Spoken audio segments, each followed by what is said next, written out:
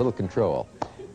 The guest I have tonight and subsequent nights is maybe the most, in many ways, one of the most popular guests I've ever had on.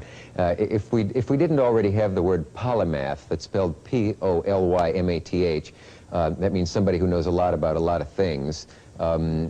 We would have to invent it to describe Jonathan Miller, the brilliant Jonathan Miller. Jonathan is he's a doctor, a writer, a creator, a performer of television shows. He's a director of plays and operas. If he didn't have to sleep 8 hours a night, he would probably do many other things as well. When he was on the show the last time, we talked a little about his newest book, which is called The Body in Question. It's a fascinating account of the human body, a development of medical knowledge about it. And it's based on Jonathan's own BBC television series, which we're still hoping to see here on PBS. And now that I have used this word polymath, I have this awful image of Jonathan coming out in drag as a woman named Polly Math. I wish my mind didn't work that way. We have to remember, of course, that he was a member of Beyond the Fringe, and in addition to everything else, he's a very funny man. And tonight and subsequent nights, I'll be talking with him. And it'll be a treat for me, and certainly for you. Have I gone on long enough? Here is Dr. Jonathan Miller.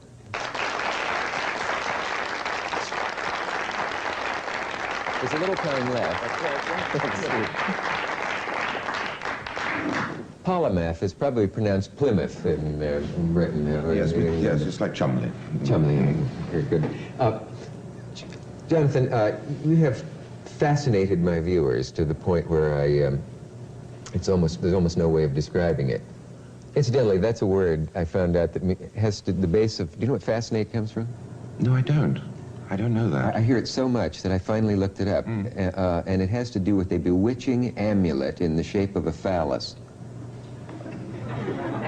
Ah. And this is what you've done to my viewers. I haven't got mine at the moment. Anyway, there we are. Last time we talked a lot about medical subjects, obviously, and something you're talking about backstage. Where you live, are there as many substitutes for orthodox medicine and psychiatry, the Ests and the what you call the fringe medicine, I think, and the herbals and the... I don't think there's quite as much as there is in America, but then I think that for the same reason there isn't quite as much in the way of odd religions as you have in America. And I think that the enormous proliferation of very odd and peculiar forms of medicine can be thought of in the same context as the proliferation of very peculiar sects, which have always been a feature of American life. But of course there are, and there's a growing amount of odd forms of medicine in England, I think for the same reasons that there are in America. There is I think it's rather complicated, but I think that on the one hand there's a flight from reason, a flight from science, and also there is a protest against the invasion of the body by experts.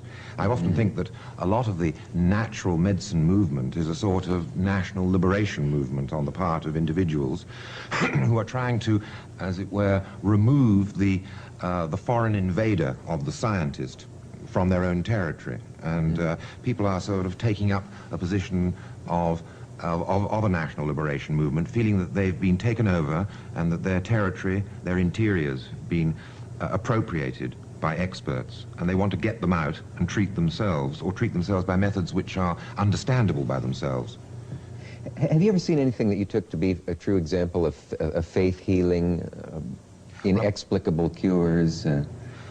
No, I don't think I've ever seen it, as it were, specially marked out as such. But I think you see it all the time in the practice of ordinary medicine.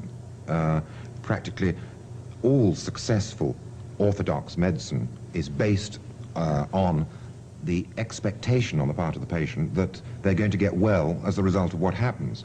And as we know, you can use blank tablets or distilled water, which is colored pink, and in about 25 or 30% of cases, the patient will improve as a result. And this is because the patient expects a favorable outcome. And hope and expectation are very, very useful, so that faith is at least half of the practice of ordinary medicine.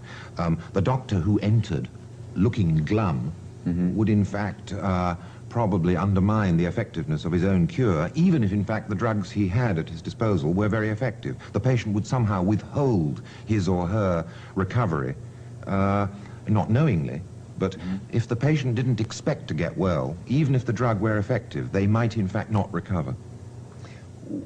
There was a quote in your book about illness is not something that happens to us, but a decision we make as a result of something. As a result of something that happens to us?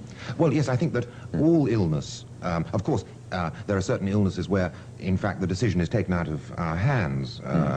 We are simply felled by some force majeure, which you simply couldn't do anything about. You have a stroke or some sort of cardiac arrest, and you're taken into hospital helpless, and it's not your decision. But nevertheless, when someone is making up their mind about whether they're going to become a patient or not, they're making a decision as to whether or not the pains, the embarrassments, the disablement, or whatever, are enough to merit converting themselves from an active person into a passive patient. And in making this transition from being a person who helps themselves into someone who in fact is being helped, hopefully, by others, by experts, you have to undergo some sort of passage. And in making this passage, you have to go through some sort of ritual transition which marks both to yourself and to others that you have made the transition. It's very similar, in fact, to what the anthropologists note that goes on in all the transitions that occur in ordinary social life. In making the transition from, say, childhood to adolescence, there are rites of passage which mark to the community at large that I'm changing my role, I'm becoming someone else. And I think that the person who in fact falls ill has to make some sort of outward sign to the community and has to undergo rituals of transition which indicate that falling ill is happening.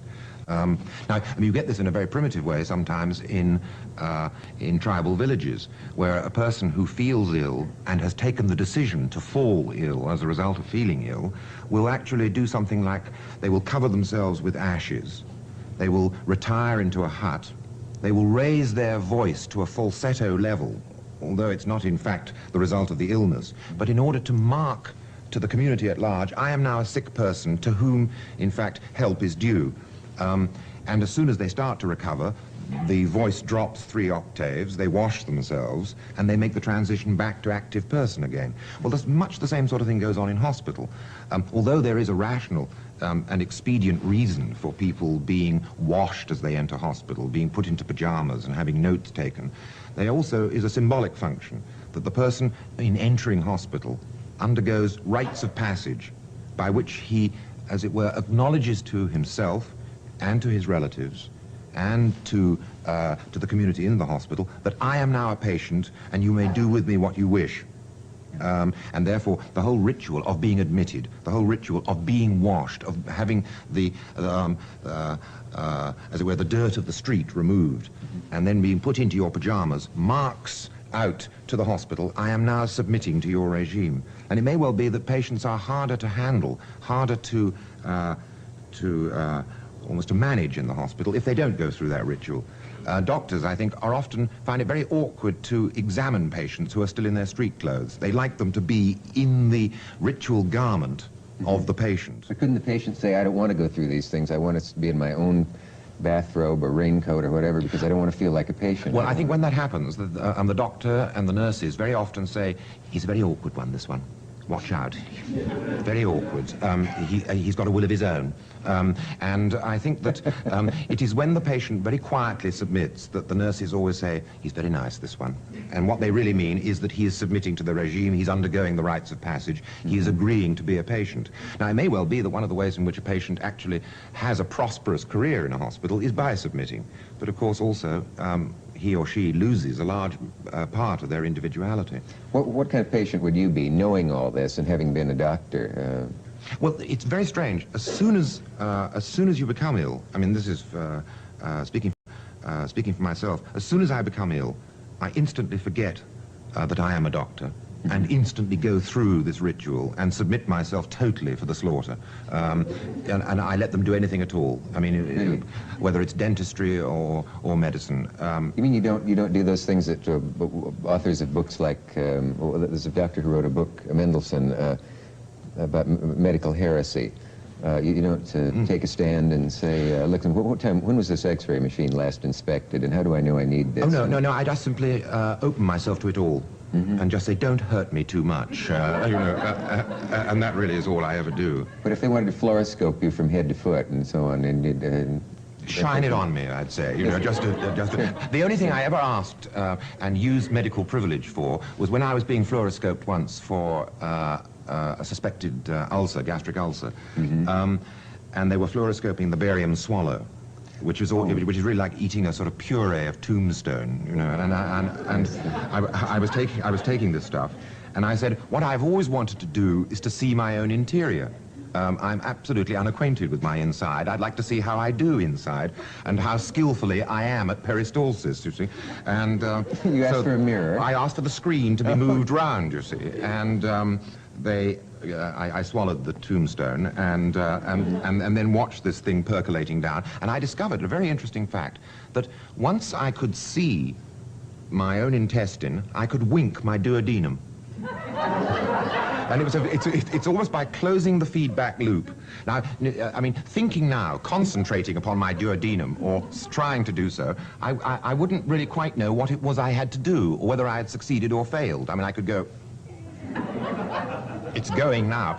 But I wouldn't have any idea whether I'd pulled it off or not, you see. Yeah. But now, I had the screen in front of me, and I could see the tombstone stuff going through, and then I could see this little sphincter, the exit to my stomach, and by concentrating on trying to make that visual image change, I found that I gained control over it. So I suppose this is what you call biofeedback. Once you actually are able to visualize what it is you thought you previously had no control over, you begin to acquire some sort of control. And I'm now really quite a skillful winker of duodenums. I mean, you know that in all these years I have never had anyone on who even claimed to be able to wink his duodenum, and well, it could spread and could become a fashion now. There isn't much call for it at parties, though, but it could get you into a lot of trouble, you know. Yes, but if you wink at the wrong person. Well, were you winking your duodenum at my wife? That is wonderful. You wanted to see inside yourself. Well, that was the only time when I'd actually, as it were, taken advantage of medical privilege. I mean, I think that you know, the uninitiated patient is not allowed to look at his own duodenum. No, most people have no idea that they have one. And that goes right back to this question of the possession and appropriation of the interior. Your interior is only on lease to you. It really belongs to the medical profession, and therefore the doctor always says, if the patient makes an inquiry, I'd like to see my own duodenum so I could wink at it, the doctor will always say in England, leave that to us. As far as you're concerned, your duodenum is really none of your business at all, and we certainly don't want you winking it. Not on our part. Allow us to wink it for you, you see. I have a phobic fear of radiation. Do you not sit there thinking these X-rays are killing me? No, I'm really not frightened of. I'm not really frightened of illness. You mentioned that last time. I am a physical coward. I'm frightened. I'm frightened of being beaten up. I don't like the idea of that. Or indeed the reality of that. You'd prefer not to be beaten up? I prefer not to be. If given in a multiple choice thing, I would say I would put the oblique straight. Say I would rather not be beaten up than the opposite. That's right. Well, I'd probably make a mistake on the oblique stroke and say I would rather be beaten up. I'm sorry, no, I'd rather not be beaten up. I'd rather not be beaten up. I also, as I once said on the sleeve of the Beyond the Fringe record, my greatest nightmare is being tortured for information which I never had in the first place. You know? Look, how can I satisfy you? I have to confabulate some story. But I am a physical coward, and I am frightened of all those sort of things, and I'm very frightened of sports which involve a great deal of violence and hitting, and I try not to go in for them. Although I did at school have to go in for them. At my private school, there was a terrible competition which used to be instituted once a year, which was a competition, a cup, a challenge cup, which every single boy in the school had to enter for. And there was this Darwinian struggle, you see, from which finally emerged a blood-stained winner. But every single boy in the school was obliged to enter for this contest, and you were every year you were drawn against an opponent. And every year, for some reason, because my weight matched, I was drawn against the same opponent, who was a very enthusiastic pugilist called H.E.V. Jones. And I would see H.E.V. Jones in the 6 weeks before the contest was convened and would try to be nice to him in the corridor and saying, can we just walk round this contest and just fudge it a little bit, and avoid the hitting part.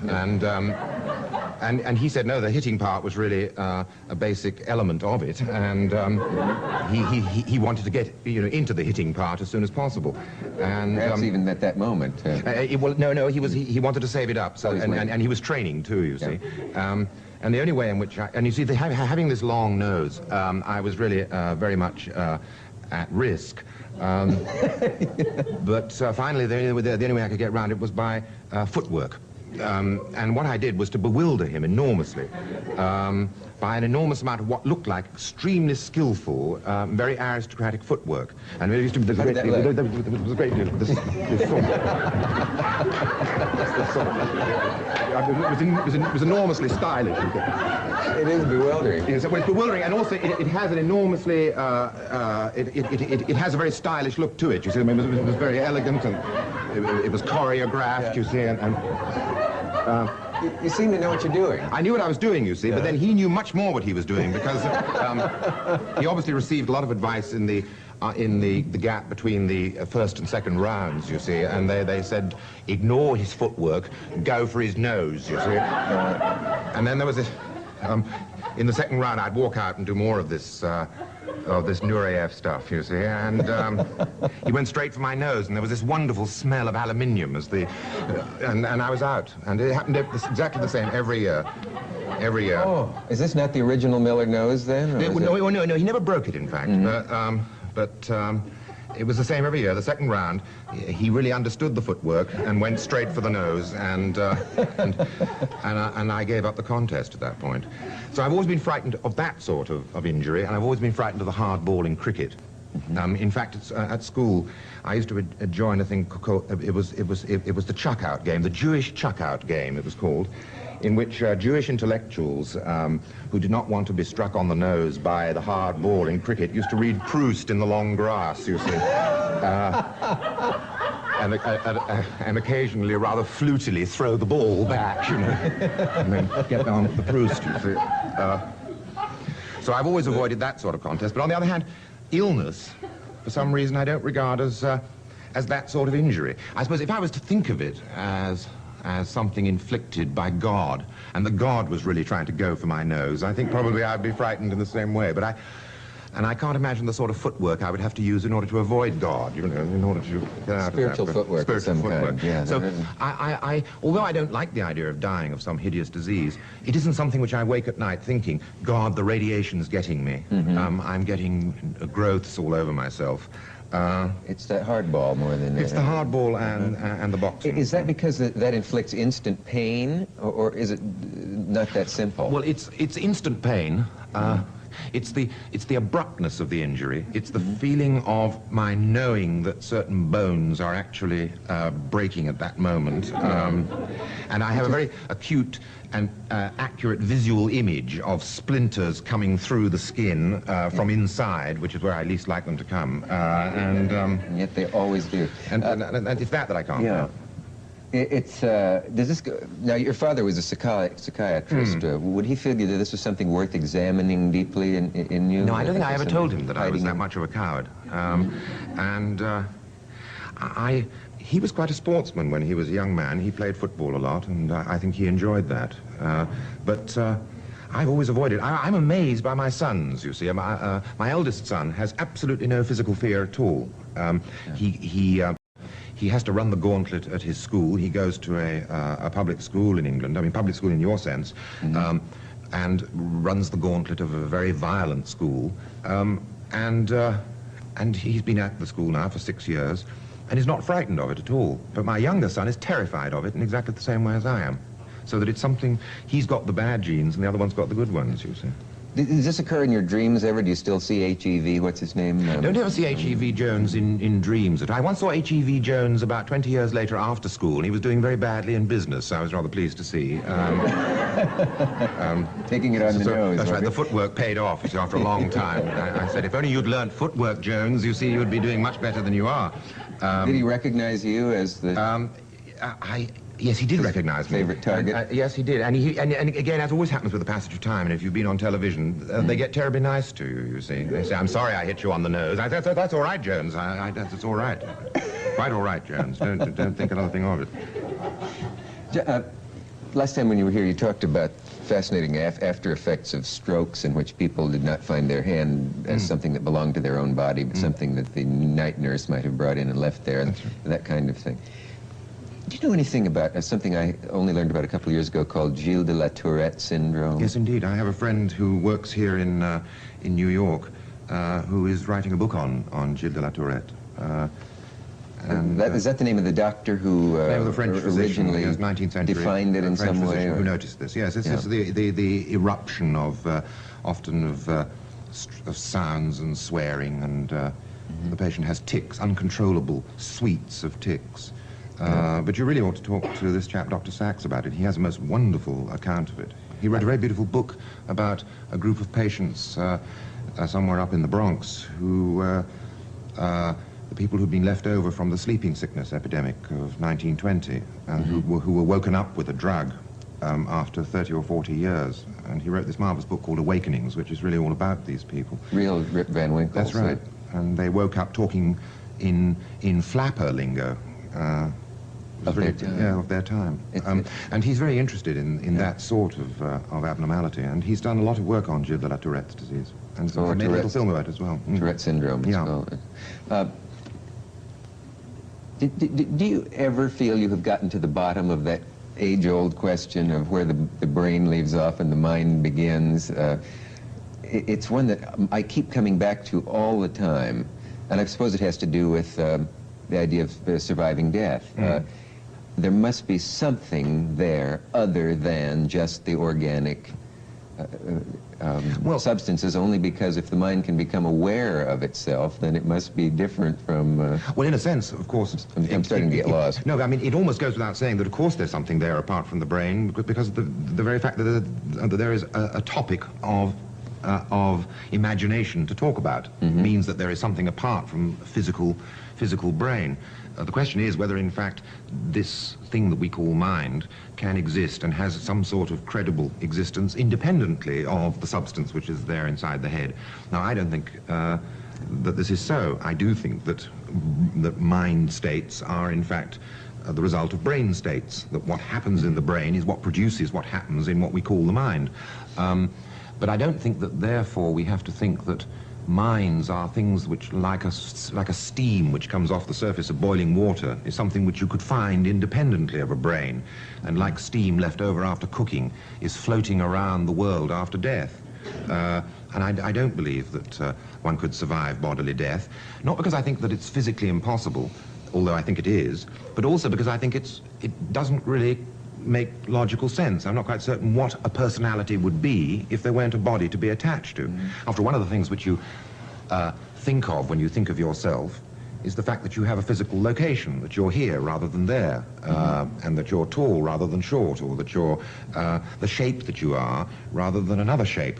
And all of those things which define being yourself and are to do with, in fact, being located in a physique. And I'm not certain I could even begin to make sense of having a personality which wasn't attached to a here-ness rather than a there-ness. And that does seem to be having a body. We say that you can travel in your mind at this moment to Paris.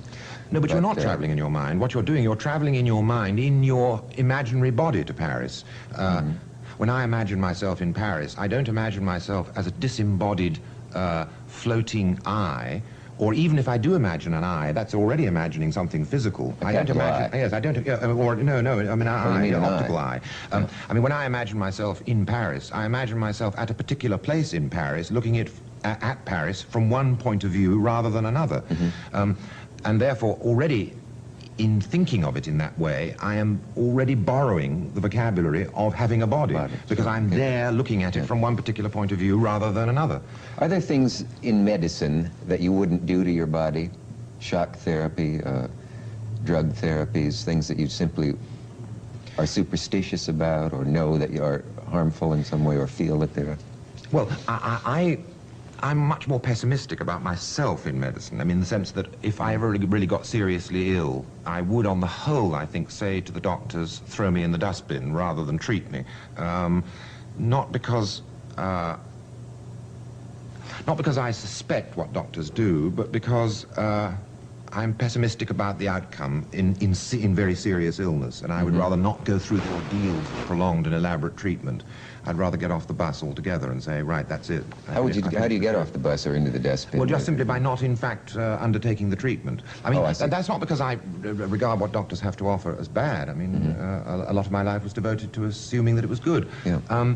But I'm personally very pessimistic about it. With regard to myself, I think, on the whole, that in a medical draw or lottery, I'd do badly. That's all. Is that luck, though? Is that something that you would encourage your wife, I assume, to take all advantage? Oh yes, I would encourage her to take advantage of it. But I think that I also do think that doctors are overconfident in their use of drugs and surgery. And are perhaps not reticent enough, not modest enough to say, well, let's just see if this can't be treated in a rather conservative way rather than in a rather heroic way. And the heroism is all on the part of the patient, never on the part of the doctor, although the doctors always talk about their heroism in using these procedures. So that it isn't, as it were, that I would suspect major surgery because I think it's bad, but because I just have a faint suspicion about any major intervention in the body. But you'd have your gallbladder out, wouldn't you, if you were told you had to? Yes, I suppose I probably would. But I've seen so many of the complications that go with surgery. I've seen so many of the complications which go with elaborate drug therapy. I mean, what are called, rather gaily, side effects are in fact part of the effects of the drug. It's part of the vocabulary of medicine that you call those side effects as if they're sort of trivial epiphenomena, but they're part of what, in fact, that drug is doing. Of course, the doctor is bound to choose the salient effect, because that's what he's trying to use the drug for. But I've seen things go wrong too often to be overconfident. Well, on that yes, what is that heavenly music which is coming in now? I thought I was having a seizure of some sort. It's somewhere... I don't hear any music. Jonathan, we will see you next time, and we will see you next time as we continue to probe the epidermis and what's below it. Jonathan Miller. See you then. Thank you and good night.